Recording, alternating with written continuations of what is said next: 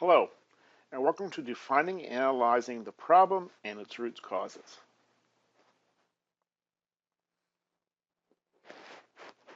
Okay, now we understand the whole concept behind systems analysis and design and what we're trying to do, and that we understand that we have a problem and we're going to be problem solvers and we're going to be thinking critically to solve these problems. Let's start diving into a little bit about how to go about doing that and understanding what the problem is and understanding how to clarify the problem, determining how to solve the problem, how to analyze the problem, and how to analyze the root causes of the problem. All right? First, understanding the nature of the problem. So let's go back to what our definition was on a problem. This is another one. The difference between what is and what might or should be. Okay? Again, a problem is an opportunity. Usually a problem is fixable, it's solvable, it's improvable. So this is something we want to do. Cause may be within or outside of the group that has the problem. Once again, a problem might not just be what you just see on the scale. It might be a lot of things going on that cause this problem. Okay, and that's our job to understand that. So we need to be able to clarify what the problem is. Okay, we got to start with what we know. All right, that's pretty easy to say. If somebody comes up to me and says, "I have a problem." All right, my job as an advisor sometimes when you come to me and ask me if you have a problem is I got to start asking some questions. I need to understand what it is. So I start with what I know already, and I got to start figuring out what I don't understand, okay, or what is missing. And I start gathering information on that problem to end up defining the problem. Does that make sense? All right. So start with what you know, based upon what you know, kind of figure out what does it fit. What, if I know A, I know D, but I don't know how we got the B, C to D. That makes sense. Sorry. Okay. Figure out what's missing and go get that information so you can get that problem kind of well defined. You need to determine if you want to solve the problem. When we get into problem solving, sometimes we got to figure out if the problem we're solving is important. That almost sounds kind of crass, doesn't it? I mean, but not every problem should be solved. Not every problem requires our time. Our time is valuable. There's no matter what you're saying. If somebody comes up to me and says something, or I don't know, we've always said this statement many times. It's not my problem. Once again, kind of crass. Maybe it should be our problem, but we need to figure out if it's important enough, not only to us, but to people around us or to society or to the world, if you will, that it is important to solve. Okay? Not every problem is important. Not every problem is a problem. Is it feasible? Is it solvable or is it solvable by us? Let's talk about these things, okay? So is it feasible? We're going to talk about that here a little bit more in a second. Is it solvable? Meaning, can we solve the problem? Go back to a previous video I had talking about world hunger. Can I solve that problem by myself? Ooh, that's a tough one. I'm not sure I can, okay? So that's something we need to look at, okay? It's not being negative here, it's being more realistic in these cases. Feasible is a key word there. It's a word you're going to be hearing throughout this course. So I want to bring it up right now. Is it feasible?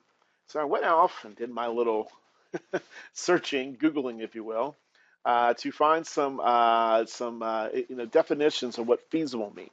Can it be done or achieved effectively and within reason? I like that.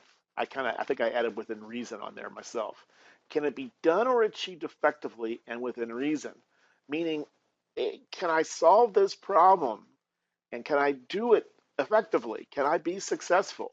And can I do it within reason? Meaning it's not going to cost $1 billion or it's something outlandish that somebody can't even afford. Does that make sense? So that's what we're trying to look from a feasibility point of view. So if you come to me and says, I have a problem, I'm in debt up to my ears of $1 million, I can't really solve that feasibly, so I'm not sure what to do with that. I might suggest things, but I'm not sure I can solve that problem. All right? So within reason. There are times we do not want to attack the problem, especially if it is not feasible to do so, meaning the time and the effort is not worth the potential for failing.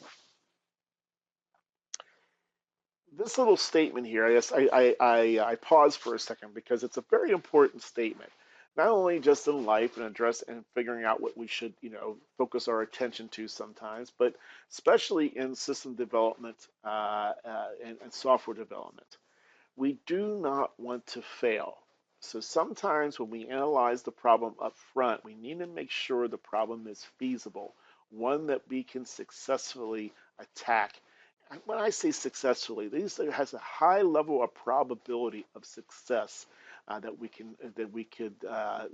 feel that we can achieve.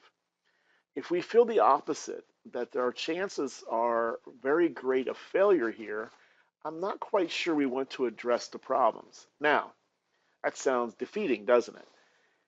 In some cases, problem solving, if you're sitting back saying, hey, I do want to help, solve the hunger crisis within our own city, I'm not sure if, and you might analyze it and determine, it's not very feasible. I'm going to be able to do so by myself. I'm not saying give up. On the flip side, because you're using your own time and you're giving your own time in that case. On the flip side, when we start looking at these problems and money is involved, meaning people are going to pay us to solve these problems, we need to ensure that we have a high probability of success when we attack it. Does that make sense? Again, we're in the very beginning stages of this course. Hopefully that kind of helps you think that through a little bit. So there's two different pieces. If I'm just giving my time to help solve problems, maybe social problems, that's one thing. But when it comes to money, when it comes to somebody paying us to do this for them, we need to make sure we can be successful, because if we start taking people's money and to solve their problems and we realize we can't, or we didn't, or we fell at the end, our name becomes mud. And then with that, people won't come back to us. And you can probably relate to that in multiple different ways and different things that's happened in your life where you may have paid for something to solve a problem. If you went to a doctor and you said this hurts and he doesn't solve the problem, you may not go back to that doctor, especially if you get the medical bills. That makes sense? You're going to probably find a new doctor. It happens all the time. Kind of get it? How to analyze the problem. So once again, what is the problem? Why does it exist? Who is causing it? When did it first occur or become significant? To what extent is it occurring? And what are the root causes? These are the questions that you need to ask when you're analyzing a problem initially. What is the problem? Why does it exist? Why does it exist? Whew, that's just not one little question. That might be that analytical piece we need to really dive into. Who is causing it? Once again, breaking it down, getting into it. When did it first occur or become significant? To what extent is it occurring? Is it repetitive? Is it happening more than once? And so on. And what are the root causes? I capitalize root causes on purpose. This is what we really want to dive into. This is where the critical thinking comes into play that we talked about before in a different video. What are the root causes? Let's talk about that. So how to analyze the root causes of a problem. Root causes are the basic reasons behind a problem. So let's deal with the term root in a sense, right? I think when we talk about root, we're talking about things that are underground, so, the foundation, if you will. So we're not looking at, what's just what we can see. We have to get down deep into the roots of this problem, and roots being almost into the earth to figure out what possibly could be causing these problems. Make sense? Ooh, this class is deep, don't you think? Why should you identify root causes? It could be used to find which individual factors could provide targets of change. It can eliminate any and all assumptions. Ooh, I like that one. I hate assumptions, right? Everybody knows when you assume something, it makes yeah, we'll stop there. Okay? It can alter the original assumption of the problem and or problem statement. That's a biggie, because what could actually happen is that somebody comes and says they have a problem. And, Bob, I have a problem that is A. Once we start getting into the root causes of the problem, it's amazing how things change. And what the problem, this high level problem was, yeah, kind of, sort of, but your real problems are B, C, and D, and that's causing A.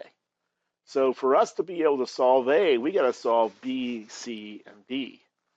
That's problem solving. It ensures you are addressing the correct problem, not the perceived problem. Once again, A could be the perceived problem. We need to get down and solve B, C, and D. Okay? So in some cases, A might not even be a problem. B, C, and D are the problem. I hope I'm not making this too complex. Once again, high level right now. Let's keep this kind of simple, right? Uh, kind of listen to this, read through this. We're just kind of getting into it. When should you identify root causes? Well, always, but especially when there is support for a solution that does not seem to get to the real causes, when there is ignorance or denial of why a problem exists. I like these two things. This happens all the time, not just in software development, but in life in general. People wanted to not really understand the problem, so thus they either I, I could go on and on, especially in today's world, on these things about ignorance and denial and why a problem exists. People don't want to really truly understand why the problems exist, and thus the solutions never get made, or the problem that is there today will be there tomorrow because nobody took any action on it. Okay? But driving into the root causes, something that we can control, right? Going back to things that we can control, we can solve, that will allow us to ensure that we don't, oversimplify it and don't take action. All right? I've seen it too much, even in the IT world, where we sit back and we talk about, people don't want to dive into the problem. They just kind of want to, provide a solution and get it over with. Well, maybe it's not right because you didn't understand the root causes of the problem and thus you didn't really fix the problem. Or maybe there's this denial that there's really anything wrong. Maybe you all could relate to that. So, how to analyze the root causes of a problem? A simple technique to get to the root causes is simply asking this question: but why? I took this off. I found this on the internet, and I really liked it. Okay, so I'm not going to call it my own here. But why? I know when I go out and I'm working with my clients, which I do a lot of consulting work still, but they come in and they say, Bob, we have a problem. We have this thing we want done. All right. So I start asking the questions, why'd you bring me here? So let's start looking at the problem and diving into it and so on. I truly tell them, I don't really understand what you do very well. And when I start questioning them, they'll start telling me what they do. And I really start asking, but why? Tell me more. But why? But why? But why? It makes them think through it. And it really does kind of work. As an example here, the problem, too many or too few people are whatever, fill in the blank. But why? Because. Could this have been prevented? Yes. How? But why? Because. But why? And so forth. Using this but why will help you drill down and get to the root causes by keep asking but whys. How do you know you reached it? I don't know. Great question. Sometimes you just have to take an educated guess that I finally found the root causes. I think you'll know. I think most times we do know when we keep asking but why. Uh, and uh, and so on. A great example. I'll have students come to my office and they'll say, I didn't do very well last semester. I failed that class. If you've been in my office, you may hear me say, but why? And, well, I didn't study too much, but why? I'll keep going until we figure out why maybe somebody didn't succeed and hopefully get down to the root causes in which I could truly help them, get better at school and be successful, which is what our goal is for you. Make sense? All right, got it? All right, so now what we're going to do, we're going to start putting this stuff to use. And in doing so, you're going to try some things this week. I think there's one more video on how to come up with a solution. But after that, let's dive into some social causes. Kind of take these videos and this little guidance that I've given you on problems, understanding the problems, the critical thinking, the root causes, and utilize that to kind of delve into something and see what you can come up with.